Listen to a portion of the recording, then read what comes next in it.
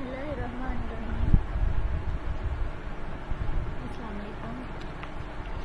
I am Humaira Arshad, lecture in cloud computing. आज का हमारा टॉपिक है माइक्रो सर्विसेज। आज के लेक्चर में हम पढ़ने जा रहे हैं कि माइक्रो सर्विसेज क्या है। प्रीवियस लेक्चर में थोड़ा सा माइक्रो सर्विसेज का इंट्रोडक्शन हमने देखा था कि माइक्रो सर्विसेज क्या है, और आज के इस लेक्चर में हम देखने जा रहे हैं माइक्रो सर्विसेज के कैरेक्टरिस्टिक्स।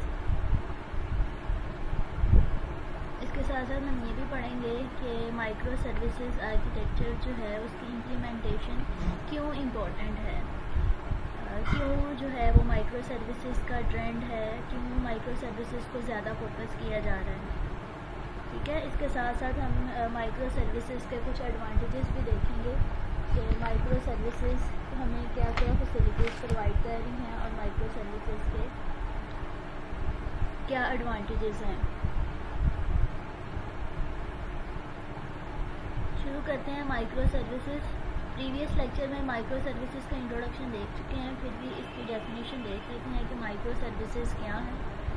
माइक्रो सर्विसेज जैसे इसके नाम से ही पता चल रहा है, इसके टू पार्ट्स हैं। माइक्रो सर्विसेज मतलब छोटी सर्विसेज, मतलब स्मॉल सर्विसेज जो है हमें प्रोवाइड की जाती हैं। कोई भी ऑर्गेनाइजेशन है वो हमें माइक्रो सर्विसेज प्रोवाइड कर रहा है। Micro services are an architectural and organisational approach. Micro services जो है वो हमारे पास एक ऑर्गेनाइजेशनल अप्रोच है। अब इस ऑर्गेनाइजेशनल अप्रोच में क्या किया जाता है, software development where software is compose of small independent services that communicate over well defined APIs. These services are owned by small self-contained teams. मतलब जो हमें ऑर्गेनाइजेशन माइक्रो सर्विसेज प्रोवाइड कर रही हैं वो क्या है कि हमें स्मॉल छोटी छोटी सर्विसेज प्रोवाइड की जाती हैं। Micro services architecture make application easier to scale and faster to develop, enable innovations and accelerating time to market for few features.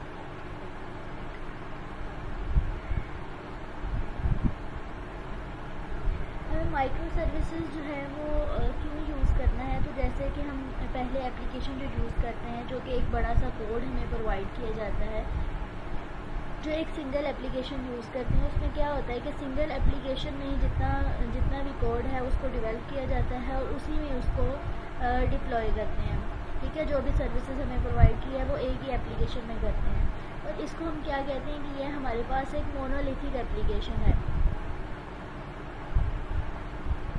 और इस एप्लीकेशन को एक्सपेंड करने के लिए, स्केल अप करने के लिए हम क्या करते हैं कि जो हमारे पास इन्वायरमेंट होता है उसको हम चेंज कर देते हैं क्लस्टर इन्वायरमेंट में। ठीक है, जो भी हमारे पास इन्वायरमेंट की फैसिलिटी होती है हम उसको क्लस्टर इन्वायरमेंट में चेंज कर देते हैं, और इस तरह से हम 3, 4, 5 जितने भी हमें इन्वायरमेंट के अकॉर्डिंग जो है वो क्लस्टर बन सकते हैं वो हम क्लस्टर बना लेते हैं।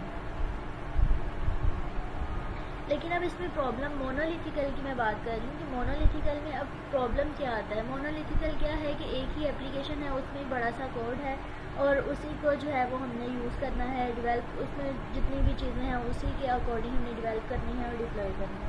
लेकिन अब जो मोनोलिथिकल है उसमें प्रॉब्लम क्या आता है कि अगर कोड में कोई भी प्रॉब्लम आ गया है या बग आ गया है तो पूरी एप्लीकेशन जितनी भी मतलब एक ही एप्लीकेशन में वर्क हो रहा है तो उस ओवरऑल एप्लीकेशन को दोबारा से डिप्लॉय करना पड़ता है। 1 बाय 1 ईच क्लस्टर को जो है वो देखना पड़ता है, उसको अपडेट करना पड़ता है। तो ये सबसे बड़ा जो है ना वो मोनोलिथिकल का जो है वो डिसएडवांटेज है। इसीलिए हम मोनोलिथिकल से माइक्रो सर्विसेज में आए हैं। आई होप कि आपको ये पॉइंट जो है वो समझ आ गया होगा। ये पॉइंट हमने प्रीवियस लेक्चर में भी डिस्कस किया था। अगर आपने वो लेक्चर नहीं सुना तो आप वो वीडियो जो है देख लें, उसमें माइक्रो सर्विसेज के बारे में इंट्रोडक्शन जो है वो आपको दिया हुआ है। हमने देखा है कि माइक्रो सर्विसेज क्या है, उसकी डेफिनेशन देख ली है। इसके साथ अब हम नेक्स्ट जो है वो देखते हैं कि माइक्रो सर्विसेज जो है वो हमें कौन कौन सी कैरेक्टरिस्टिक्स प्रोवाइड करती है।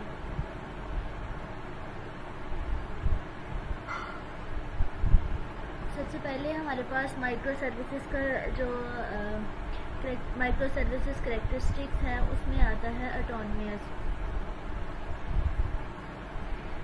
अब इसमें क्या होता है जी, each component services in a micro services architecture can be developed, deploy, operate and scaled without affect the functioning of other services.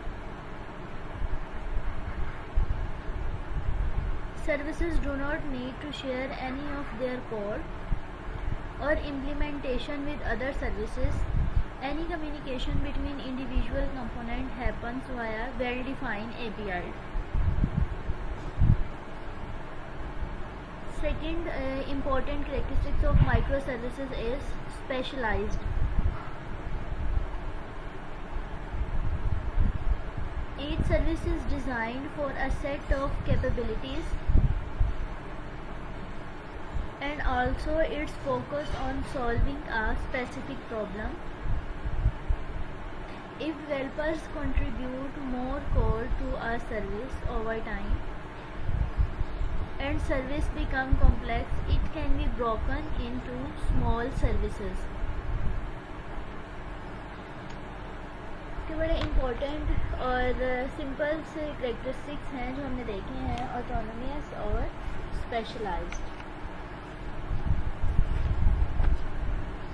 इसके साथ साथ अब हम देखने जा रहे हैं कि माइक्रो सर्विसेज आर्किटेक्चर जो है वो क्यों ज़रूरी है, उसकी इम्प्लीमेंटेशन जो है वो क्यों इम्पोर्टेंट है। जैसे कि अभी माइक्रो सर्विसेज के स्टार्टिंग में मैंने डिस्कस किया है कि माइक्रो सर्विसेज जो हैं वो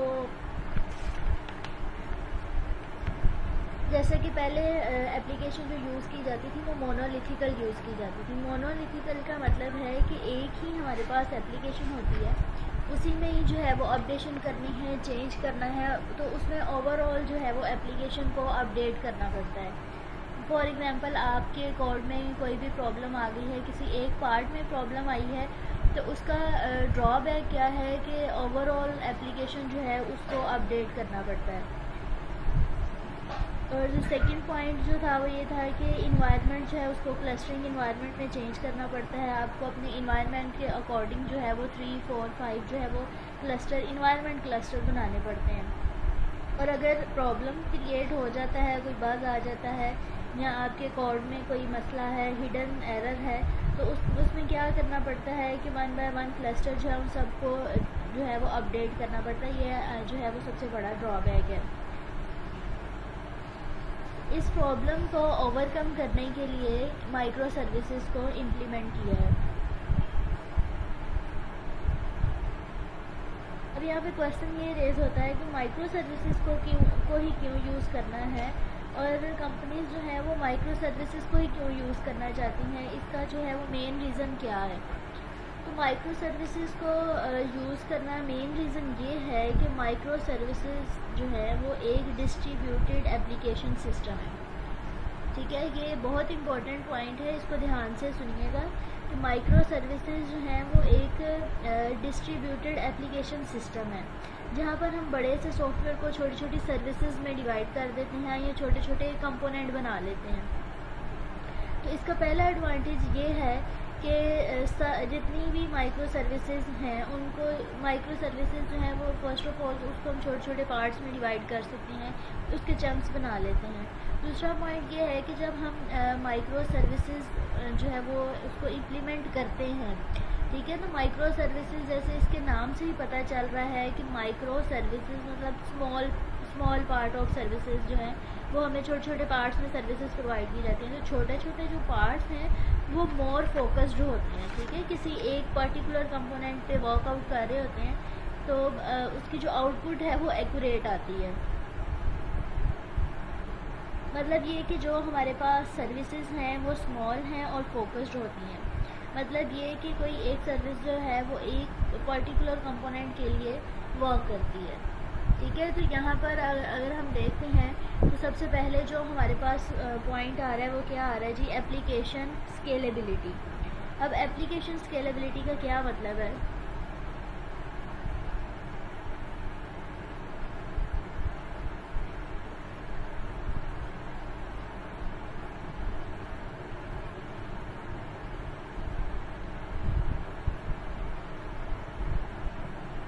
Application scalability: in case of the monolithical architecture, the entire application can only be scaled horizontal by creating multiple instances of the same application and setting up a load balancer. If a particular component process in the applications has to be scaled to meet a sudden skip in the load, there is no simple way to achieve this. The entire application must be scaled to meet the demand. However, with a microservices architecture, scalability is one of the key aspects of the whole architecture. Since every process in the applications runs as individual services, it is very easy to scale the specific services without having to scale the entire application. Application scalability में क्या है कि जो हमारी applications हैं वो independently workout करती हैं, इंडिविजुअली वर्क कर रही हैं और फोकस्ड एप्लीकेशन है, और छोटे छोटे हर एप्लीकेशन जो हमें सर्विसेज प्रोवाइड कर रही है उसको छोटे छोटे पार्ट्स में डिवाइड किया हुआ है. मतलब एक बड़ी सी एप्लीकेशन है, उसको छोटे छोटे चंक्स में, कंपोनेंट्स में डिवाइड किया हुआ है और हर कंपोनेंट जो है वो फोकस्ड है, इंडिविजुअली वर्कआउट करता है. Additionally, component can also be added into the system without breaking the system. अब स्केलेबिलिटी इसमें क्या है? स्केलेबिलिटी क्या शो कर रही है कि अगर आप अपनी सर्विसेज को स्केल अप करना चाह रहे हैं, उसमें कोई भी चीज़ ऐड करना चाह रहे हैं या मिनिमाइज़ करना चाह रहे हैं, तो ओवरऑल सिस्टम को डिस्टर्ब किए बगैर, बाकी जो चंक्स बने हुए हैं उनको डिस्टर्ब किए बगैर आप जो एक कंपोनेंट है उसको स्केल अप कर सकते हैं. Additionally, component can also be added into the system without breaking the system. The ability to be able to change things instantly in the specific characteristics of microservices architecture. उम्मीद है कि आपको ये point जो है वो बड़े अच्छे से क्लियर हो गया होगा कि एप्लीकेशन की स्केलेबिलिटी क्या है और किस तरह से स्केल अप कर सकते हैं. अब सेकंड पॉइंट जो हमारे पास आ जाता है वो है developer friendly. Micro services architecture follow the loosely couple architecture. ठीक है, सबसे पहला पॉइंट ये है कि माइक्रो सर्विसेज जो है वो लूजली कपल्ड आर्किटेक्चर को फॉलो करती है. It become very easy for developer to adopt quickly to dynamic market conditions. Developer can easily update, test and release the application with the few new features. इसका अब यहाँ पे क्या बात हो रही है कि डेवलपर फ्रेंडली है. मतलब आपने एक कोई भी सर्विसेज जो है उसमें कोई भी चीज़ ऐड करनी है, मिनिमाइज़ करनी है या कुछ भी आपने उसको अपडेट करना है, तो ये जो सर्विसेज माइक्रो सर्विसेज हैं ये यूज़र फ्रेंडली हैं. आप इसमें आसानी से जो है उसको टेस्ट कर सकते हैं, इसको डिप्लॉय कर सकते हैं और यूज़र को जो है वो उसकी नीड्स के अकॉर्डिंग जो है वो आप डिप्लॉयमेंट कर सकते हैं.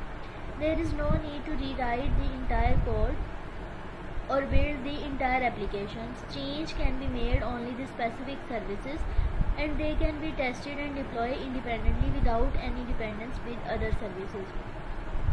Microservices gives developers the freedom to work on the code without having to worry about breaking the applications elsewhere.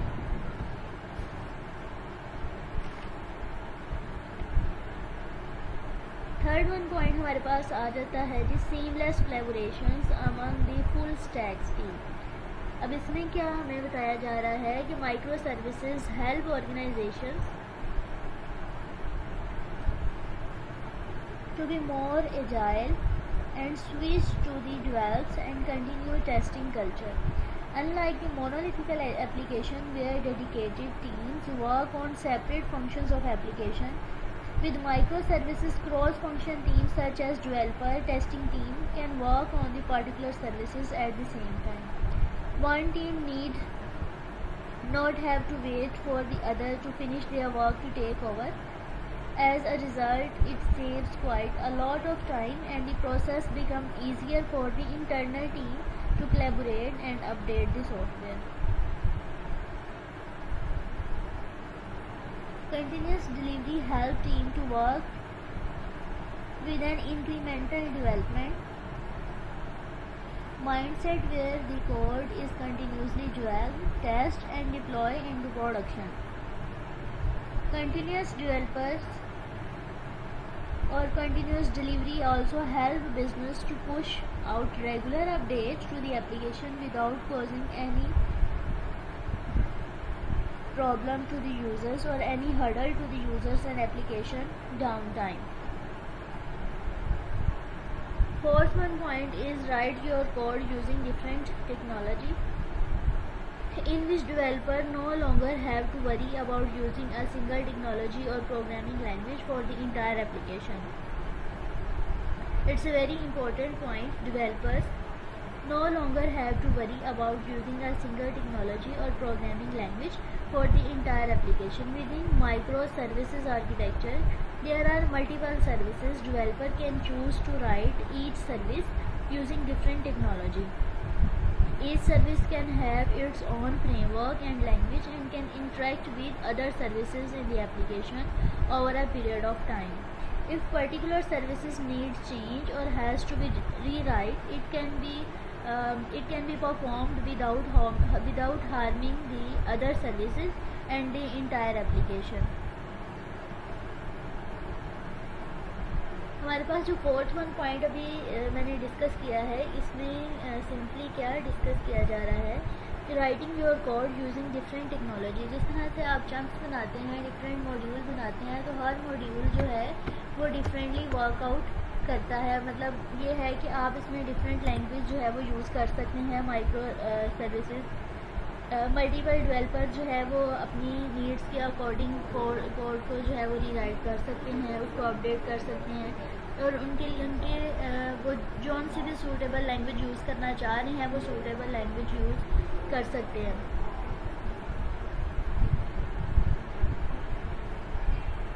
Developer can choose to write each services using different technology. मतलब जो भी डेवलपर है वो different technologies को use करते हुए अपने module को अपडेट कर सकता है, अपनी सर्विसेज को अपडेट कर सकता है. फिफ्थ वन पॉइंट हमारे पास आ जाता है जी reduce cost. As explained earlier in the monolithical architecture, since everything is tightly coupled. अब यहाँ पे डिफरेंट जो है वो डिफरेंस क्या आ रहा है कि जो हमारे पास मोनोलिथिकल एप्लीकेशन है वो क्या है, टाइटली कपल्ड है, ठीक है, और हमारे पास जो माइक्रो सर्विसेज हैं वो लूजली कपल्ड है. ये दो डिफरेंस जो है कि हम जो पहले हमारे पास मोनोलिथिकल एप्लीकेशन थी उससे हम माइक्रो सर्विसेज की तरफ मूव क्यों किया है, तो ये भी हमारे पास एक डिफरेंस है कि जो मोनोलिथिकल है वो टाइटली कपल्ड है और हमारे पास माइक्रो सर्विसेज जो है वो लूजली कपल्ड है. अच्छा, नेक्स्ट हमारे पास आ जाता है कि making even a small change will require to build, test and deploy the entire application. That's not just in, there are chance that modify a piece of code can impact other area of the application. This can result in additional overhead for the development team and also increase the cost of resources used. Performing frequent change will result in higher costs spent by the business. Microservices architecture allow cross-functional team to work on the application at the same time. As a result, it reduces the development time and also optimize the resources that are used.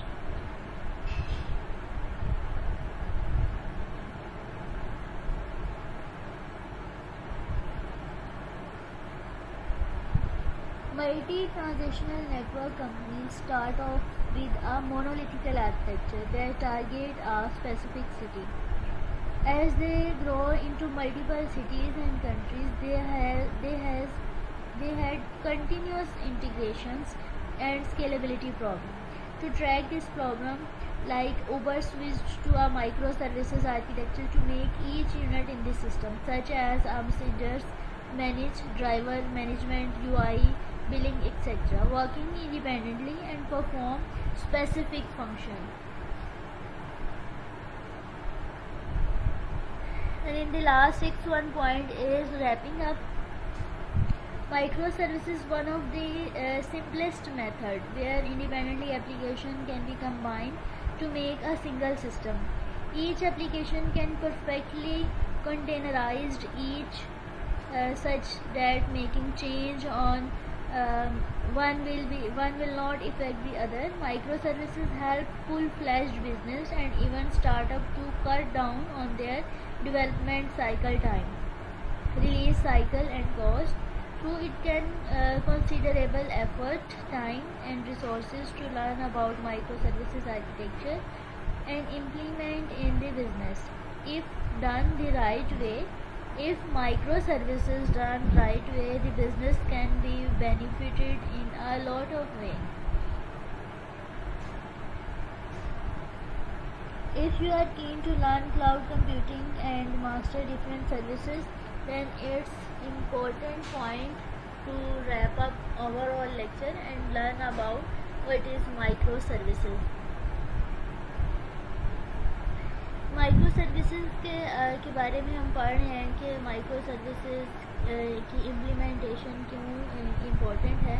तो उसमें हमने 6 point जो हैं उनको discuss किया है। Application scalability को देखा है, डेवलपर फ्रेंडली पॉइंट जो था उसको देखा है कि इसमें किस तरह से डेवलपर जो है वो फ्रीली अपने कोड को अपडेट कर सकता है, अपनी सर्विसेज को मिनिमाइज़ करना चाह रहे हैं या उसमें कुछ भी उसको मैक्सिमाइज़ करना चाह रहे हैं वो किस तरह से कर सकता है। Seamless collaboration among the full stack team, कि हमारी जो टीम है उसकी कोलैबोरेशन किस तरह से इफेक्ट कर सकती हैं।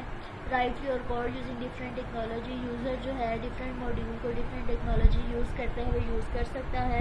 5th वन पॉइंट था हमारे पास रिड्यूस्ड कोस्ट को किस तरह से रिड्यूस किया जा रहा है।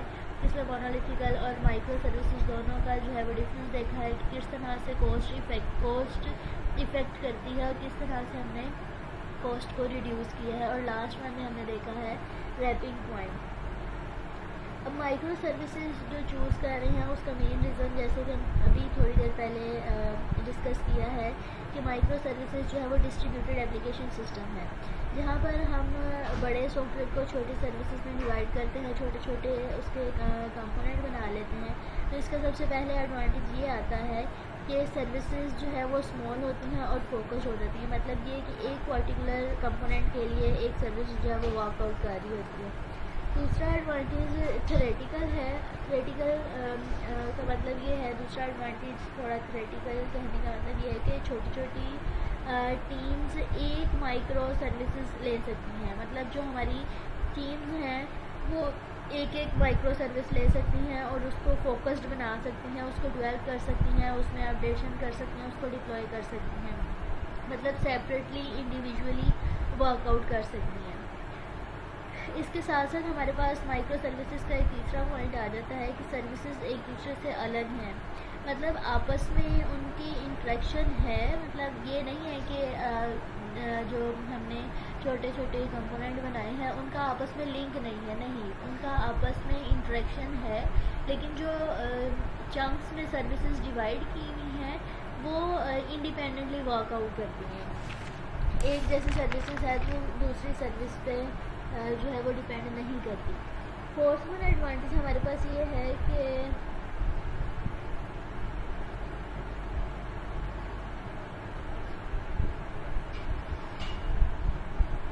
जो हमारे पास माइक्रो सर्विसेज हैं, सर्विस बेस्ड एप्लीकेशन है, उसमें हम सर्विसेज को ऐड कर सकते हैं, उसको स्केल अप कर सकते हैं, किसी भी मोमेंट पर मिनिमाइज़ कर सकते हैं, उसको मैक्सिमाइज़ कर सकते हैं। अभी जैसे हमने इस पॉइंट में पढ़ा है कि डेवलपर फ्रेंडली में हमने इसको डिस्कस किया है कि अगर कुछ भी सर्विसेज जो है, कुछ भी मॉड्यूल जो हैं वो अगर यूज़र ऐड करवाना चाह रहा है तो वो उसको स्केल अप कर सकता है। तो ये इसकी इम्प्लीमेंटेशन के लिए भी ज़रूरी है और इसके साथ साथ ये एक एडवांटेज भी है माइक्रो सर्विसेज का कि मॉड्यूल को हम अपडेट कर सकते हैं, स्केल अप कर सकते हैं। ये इम्पोर्टेंट पॉइंट है क्योंकि कभी भी हमें समटाइम पता नहीं चलता कि क्लाइंट की क्या रिक्वायरमेंट है, नेक्स्ट क्या प्रोसेस होगा, क्या ऐड करना है, क्या सब्ट्रैक्ट करना है। तो इस सब को ओवरकम करने के लिए माइक्रो सर्विसेज जो है वो सूटेबल है।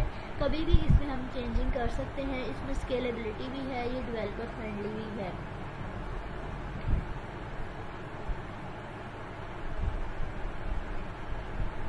नेक्स्ट वन हमारे पास एक एडवांटेज आ जाता है कि इसमें माइक्रो सर्विसेज में फ्लेक्सिबिलिटी है।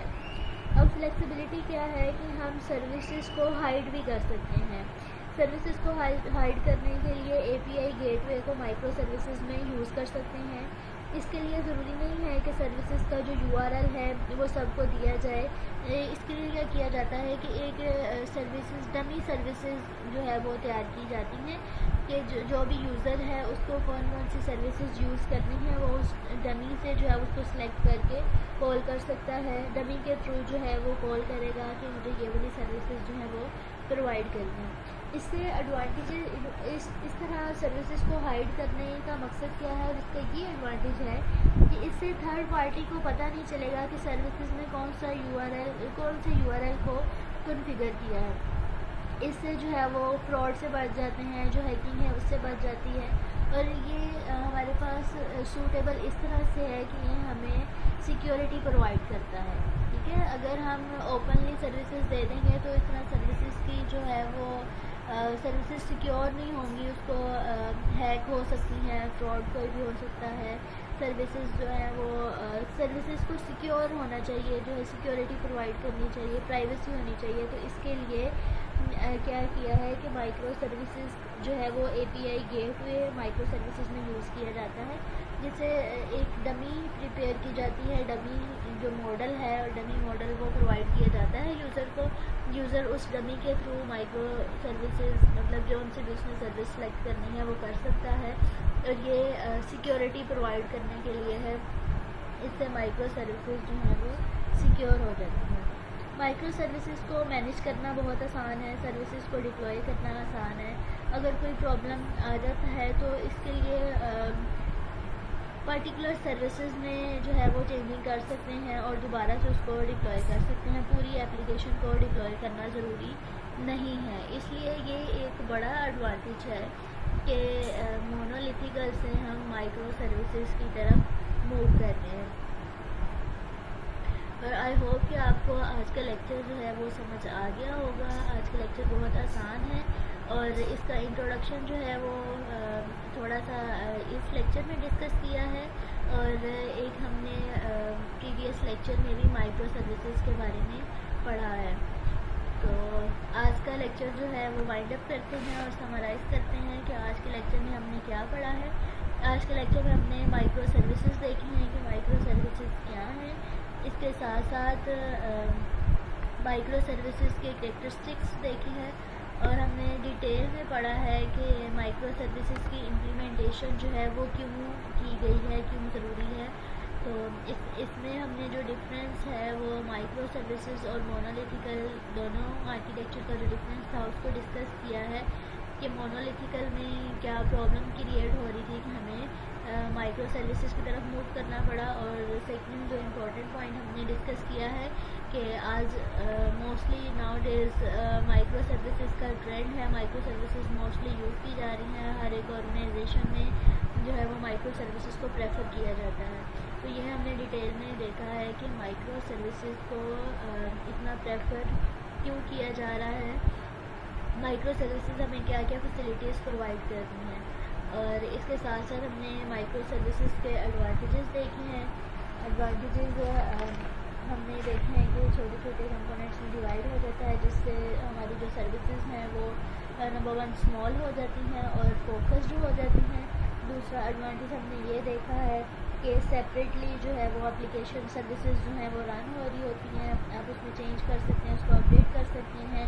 और थर्ड वन पॉइंट एडवांटेज हमने देखा कि ये आपस में इंटरेक्शन होती है, लेकिन इंडिपेंडेंटली सेपरेटली हर सर्विसेज जो है वो रन हो रही होती हैं।